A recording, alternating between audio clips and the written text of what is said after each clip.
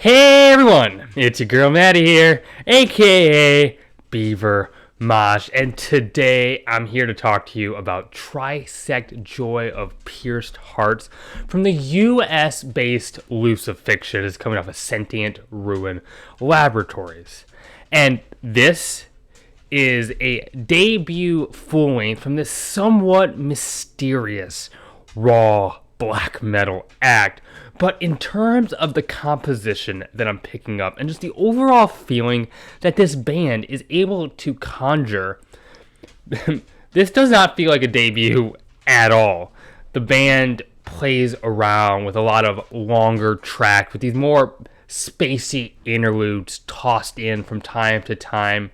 Makes it feel like this very ambitious setup. It's a very well plotted record.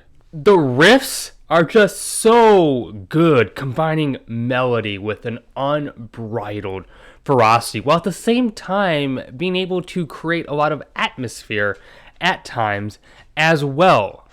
This record has all the elements you could want or look for in a raw black metal release. It's really doing it for me. Hammer of Fevered Lights begins with these chilling, thin, layered guitars that just pierce right through your eardrums.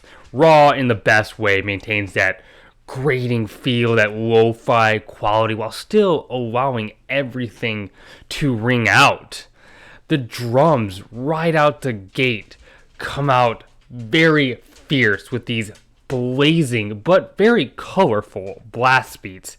A lot of interesting timbres being produced with the cymbals and this nice punchy tone from the snare and the kick. The vocals just come off so demented, these scathing, screeching howls that are recorded pretty evenly with everything else allows them to be quite menacing but not overshadow the intensity and the monstrosity of the other instrument. There are these wicked, flickering, morose melodies that tiptoe around this entire track, played quite subtly. You can hear this track differently every time depending on where your attention goes. It draws you into various corners of the overall production. And then there is this absolutely screaming, ripping lead that feels a bit more speed thrash inspired, just some definite strutting going on here. Howl Thy Desolate sound has this very classic second wave inspired hop to it. These sawing, dramatized riffs are just so dirty and dark, and then the double bass just pummels everything near it. Get out of the way. Now, I wouldn't say that this track, this album, is necessarily really inventing much new in black metal, but it's definitely channeling their influences exceptionally well, and I am just not going to complain about that.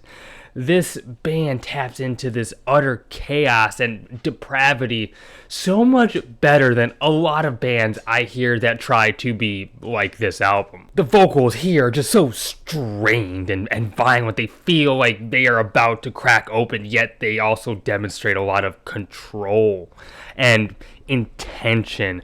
This band has this insane ability to let an idea fester, to grow, to rot. And as that idea grows and gets more disgusting, the rest of the track seems to expand with it, everything getting bigger around it until we reach this unholy, grandiose peak as they do here on this track. Feral Mass just races on with these cold, rapidly corkscrewing licks that are mesmerizing, the most tormented and twisted way you can achieve that desired effect.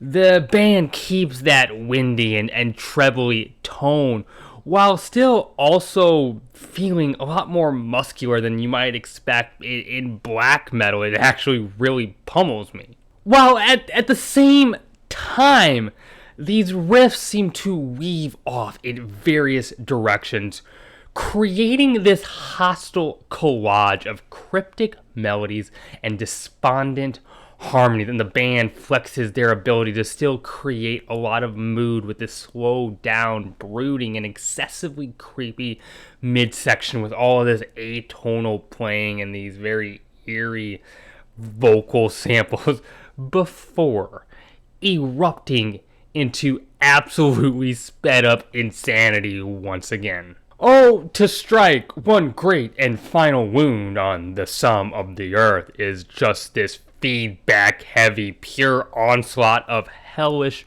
noise. So much unleashed dissonance and sheer brutality as the drummer just annihilates the kick, and the gain on these guitars is shot up as high as it possibly can go.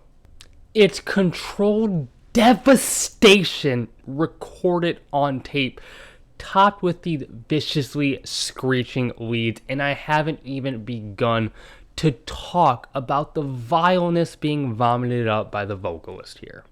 Iron Outer Midnight is by far the longest track on the record at 15 minutes and serves as somewhat of the centerpiece of the record, divided in the kind of movements.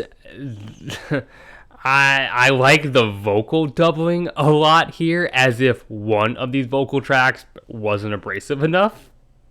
The cycling licks stomp forward with a pronounced aggression and an unforced edginess. And then there's this super angular build-up where the guitars swell in.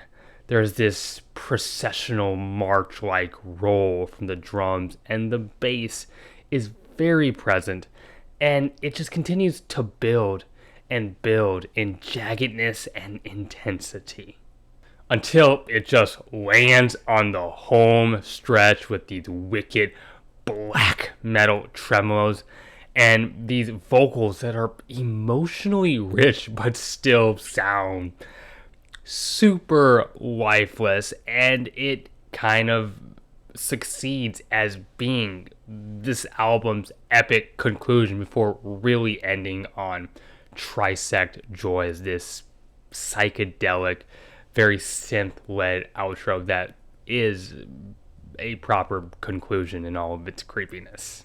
Lucifixion has delivered here a fully developed and matured raw black metal album that still holds on to that amateurness and just that lo-fi grating exterior that we love from the unpolished side of the subgenre. The performances are so cutting, so sinister, it's actually quite freaky at times, and heavy. We won't forget about heavy.